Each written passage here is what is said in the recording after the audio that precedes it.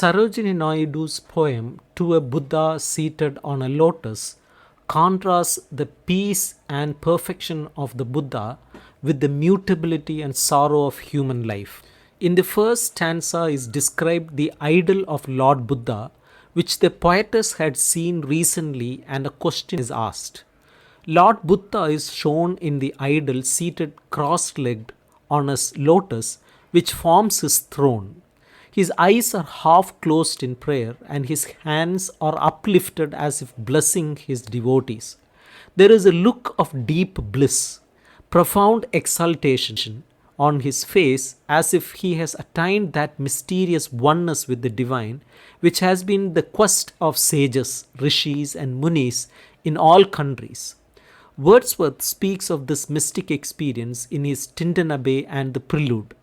It is a feeling of bliss possible for him alone, who goes to nature in a mood of wise passivity and then can become one with the soul of all the world, and then he can seep into the heart of things. All desire this mystic oneness, but few can attain it. Lord Buddha was one of those few, and the look of bliss on his face results from the mystic experience of oneness with the divine. The poetess calls Lord Buddha unchangeable and perfect because he has achieved eternal peace and freedom from the cycle of birth and death.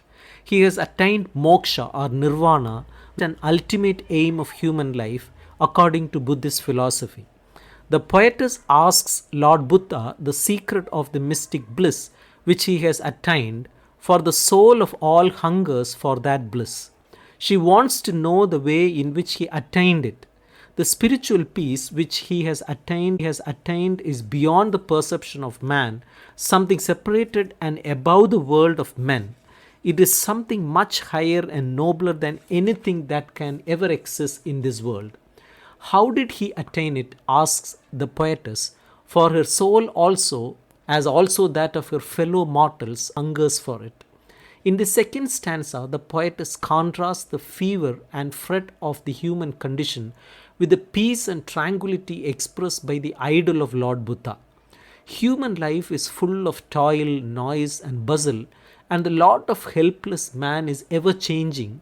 One grief gives way to another, and thus human life becomes a chain of sorrows continuing from the past into the future. There is a constant succession of sorrows. They work hard to attain their goals but are constantly defeated despite their strenuous efforts. Their hopes do not come to flowering, and their efforts do never fruit. They are never able to attain that perfect peace and tranquility, that perfect bliss which is expressed by the face of Lord Buddha as he sits on his lotus throne. Human beings also desire that bliss, that spiritual peace, but all their efforts to attain it are futile and vain. It always remains beyond their reach. Human beings always try to attain spiritual peace, that union with the divine which Lord Buddha has attained, but the effort is too much for them. Soon their faith weakens, their feet get tired, and so they fail. But nothing can control or overcome their desire for the attainment of the divine. Despite their failure, they continue to yearn for the mystic bliss which results from an experience of oneness or union with the divine. This heavenward hunger of the human soul always persists.